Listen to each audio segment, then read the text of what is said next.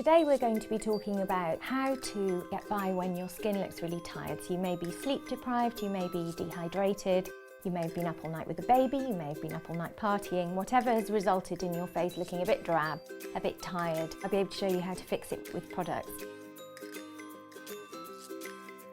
There are a number of products that I rely on as a little quick fix for when I'm looking a bit kind of dull and lifeless. And these are split between skincare and makeup tricks. The cornerstone to any skincare routine is cleansing. It's so important. It really revives tired looking skin because you're getting the circulation going by massaging in your cleanser and buffing it off with a flannel, which is what I always recommend. Unless of course you prefer a Clarisonic, which is a sonic cleansing brush. Olay Regenerist have done a sonic cleansing brush, a very similar idea to the Clarisonic, and you simply either squeeze a blob of face wash on here or put cleanser on your face, then it sort of oscillates over your face and it deep cleanses it as it goes, and that's a great way for kind of zinging up and perking up the skin.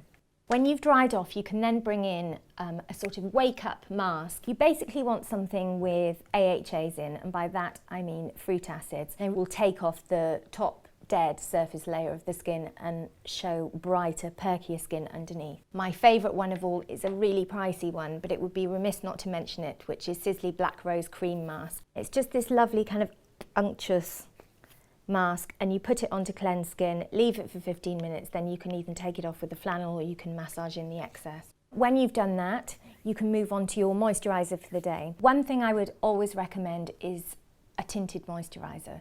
When we're tired and when we're dehydrated and a bit run down, you tend to lose lots of colour from your skin can look really dull. A great way to add that back in is with a tint. Origin's Vitazing is one of my favourites. It's a great moisturiser for normal to dry skin. And as you massage it in, it releases a tint onto your skin that gives you a lovely, healthy glow. If you don't feel like you need colour, but you do need a sort of kick up the behind for your complexion, Origins do another product which is quite new called Ginseng. This is a regular day cream, but it has sort of energy-giving ingredients in, like caffeine. It's basically like an espresso for your face. It's a lovely light texture. It's really great if you're on the kind of oily combination side of things because it won't make you break out at all. Decli or Do One Too, which is Life Radiance, and that's a double phase one, so you click both at the same time. One's a light reflector that gives you lots of vibrancy and one's a day cream. After my tinted moisturiser, I would always go straight to concealer. This is the #1 most important thing you can do to stop your skin looking tired. Ideally, you want a concealer with light reflectors in it to get rid of those dark circles and dullness. Clinique do the Airbrush Concealer, which is a brilliant product, so good, and Laura Mercier does the Secret Brightener. So these two come in pens. They're great if you're sitting on the train or whatever. Bobbi Brown also does a tinted eye brightener, which comes in a wand, though I'm also going to show you using a brush. You dot them onto any dark circles, straight over your foundation, your tinted moisturiser, or straight onto bare skin if you're pushed for time. And you can either blend with your fingers or you can use a brush, and you can sort of pat it or stroke it with the brush to blend into your skin. And what that's doing is it's sort of neutralising the blueness, the greyness to cover dark circles. One thing that most women forget is they'll cover their dark circles, but what they don't do is put some here, which you absolutely need to. So when I say here, I mean on the inner bridge of the nose. That is where most women will get some blueness, some greyness, and that's what makes you look most tired. So if you put it there, right in the corner, and pat it in, that will rid the eye area of that blueness. Another thing you can do to go even further is you can take a frosty white shadow, this one by Bobbi here, but most people do them. And you can lighten things further by just applying it right in the corner of your eye, just to give the illusion of it being wider open.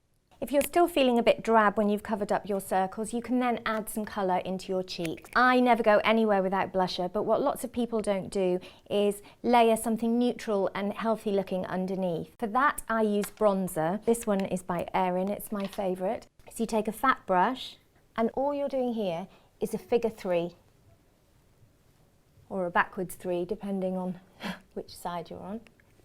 And that will give you some more colour and a realistic glow. When you're looking tired, the best way to put back in that healthy glow is to choose a blusher that is basically the same colour as your cheeks would be if you were exerted. This is by Liz Earle. It's one of my all-time favourite products. It's cream blusher in Nectar. And this is cream, so it's so easy to put on. Just pat your middle finger, get rid of the excess. Smile in a faintly ludicrous manner. When your cheeks have come out, pat on in a circle to mimic that flush. The joy of these Liz Earle cream blushes is they really stay there. Most cream blushes kind of go for a walk after an hour, but these really, really stay put. You can of course finish with a lip colour, I would, because why not? If you're going for this very healthy blush, the best thing to do is to go for a lip colour which similarly looks like your lips when they're healthy and plump. If you want to go for a really subtle look, you can just dab it on. So it's just giving you a little tint of colour rather than a full-on lipstick, or obviously you can layer it and go for proper coverage.